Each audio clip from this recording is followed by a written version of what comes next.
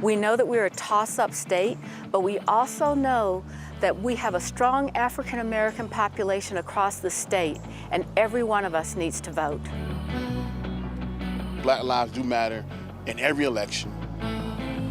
The moment that we stop seeing color on a person, I think that's the moment that we're gonna actually have a better world.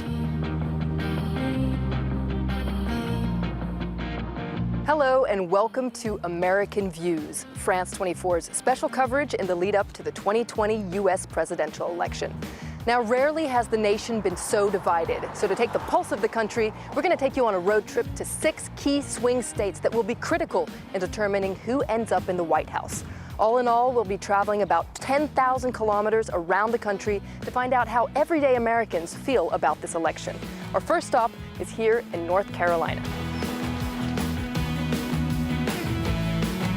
Now, in many ways, North Carolina is the archetype of a swing state, split between cities with liberal professionals and black voters and college students, and then vast agricultural areas where the vote tends to be whiter and more conservative. There are 15 electoral college votes up for grabs in North Carolina, but before we dive in, let's take a look at some other key features of this southern state.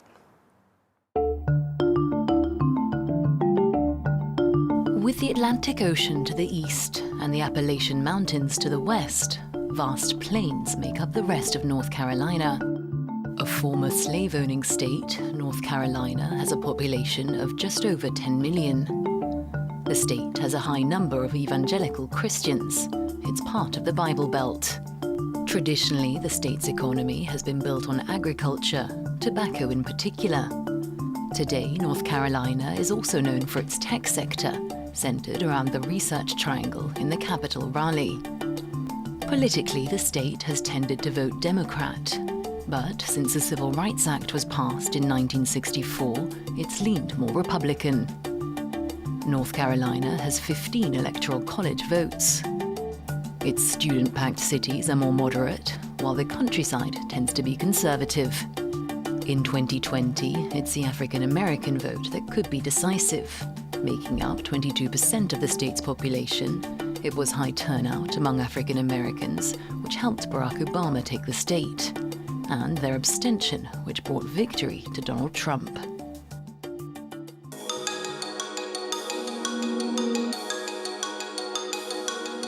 We're here in Charlotte, the economic capital of North Carolina. Now, back in 2016, the city was the scene of tense protests following the fatal police shooting of a black man named Keith Lamont Scott.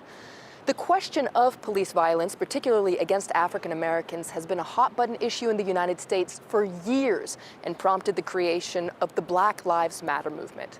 Now, things really reached a boiling point this summer following the police killing of another black man, George Floyd.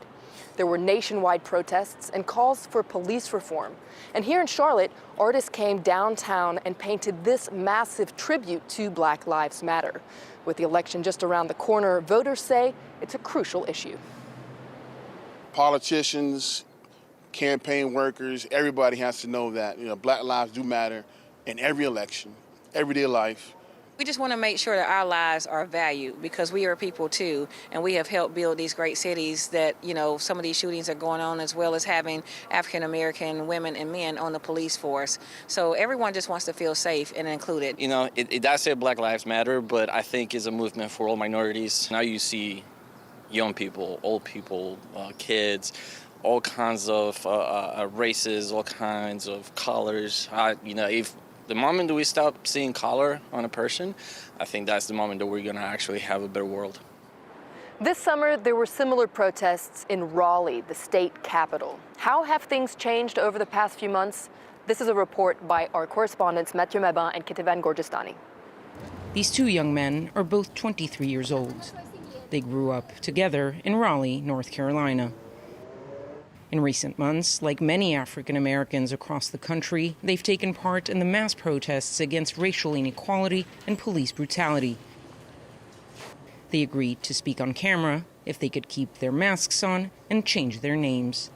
I think that there are two different justices, a systematic thing. I think, African American people are just kind of like the easy target for that foundation for a certain foundation of the pyramid that seems for them it has to remain this way. For these young men, the justice system needs to change as well as law enforcement. I believe the police can change with a lot of training, just a lot of training, and just remembering their code to serve the people. Let's start there. Police reform is what state officials are pushing for, but only the police itself can implement those changes. At the Raleigh Police Academy, Sergeant Billy Garton is in charge of bringing about some of those changes. After 20 years on the force, Sergeant Garton is now training the next generation of police officers. They look like they have a little bit of pressure. Well, they like to move fast when I speak. For their very first day at the academy, new recruits are taught the basics of policing with a new focus. And that journey is for you to try to accomplish successfully navigating the remaining portion of this academy.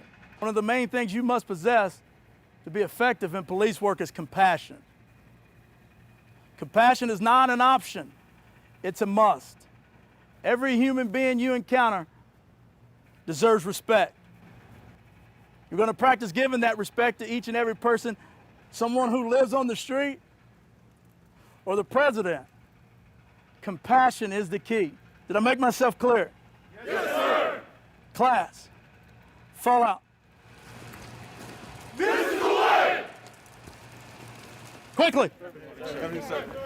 As the United States grapples with highly publicized police brutality cases, recruits like these are bound to come under increased scrutiny. With a direct line to the governor's office, Sergeant Garton has the green light to dismiss anyone that doesn't follow the rules of a more social approach to policing. Nobody likes a bad cop worse than a good cop. And with that being said, we do a pretty good job at policing ourselves. And so I've met very few what people would consider bad police officers because they don't last long. There is no room for bad police work. The political pressure stemming from George Floyd's death has forced law enforcement to start addressing structural issues, with many hoping that those changes will materialize on the streets.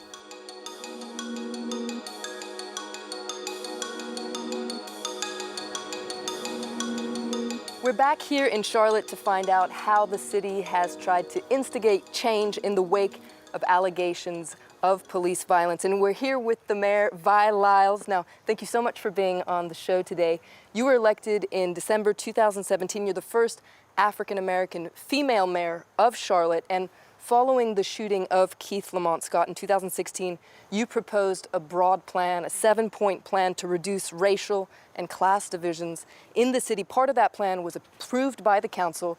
Would you say that it's been effective? I think we accomplished what we set out to do, which was to make sure that people understood that we knew that they needed housing, we knew that they needed jobs, but we also started with reform.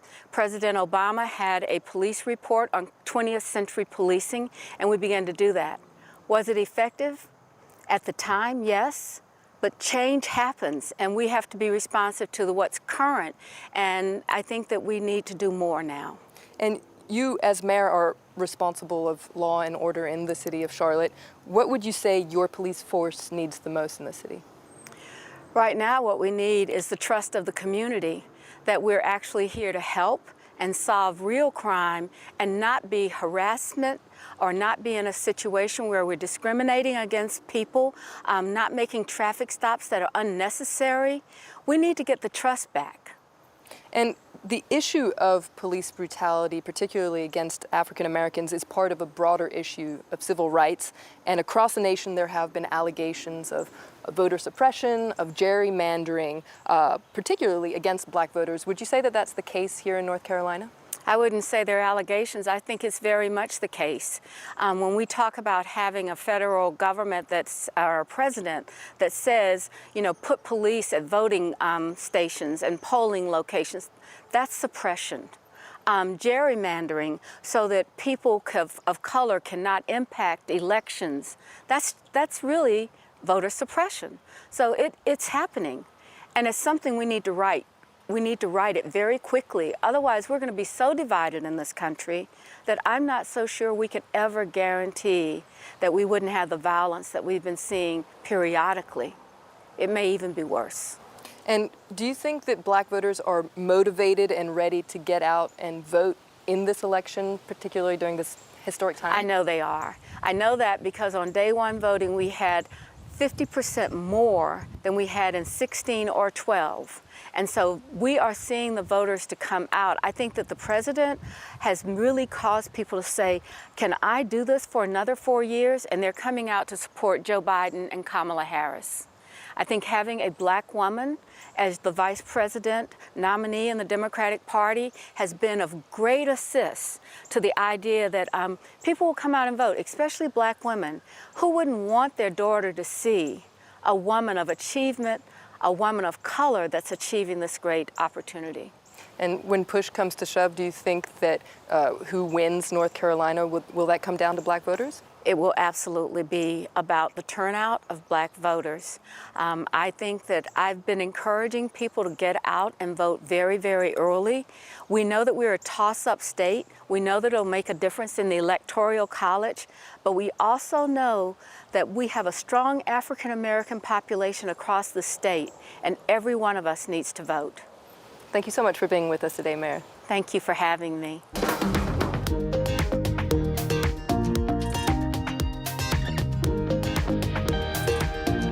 When it comes to the question of police violence against African Americans and whether it's even an issue, the two presidential candidates couldn't be any more different.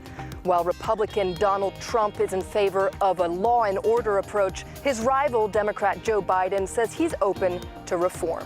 Well, that wraps it up for this edition of American Views. Thank you for watching, and join us for the next episode where we'll be heading 400 kilometers south of here to the state of Georgia, where we'll explore the evangelical vote and how that could sway the election. See you next time.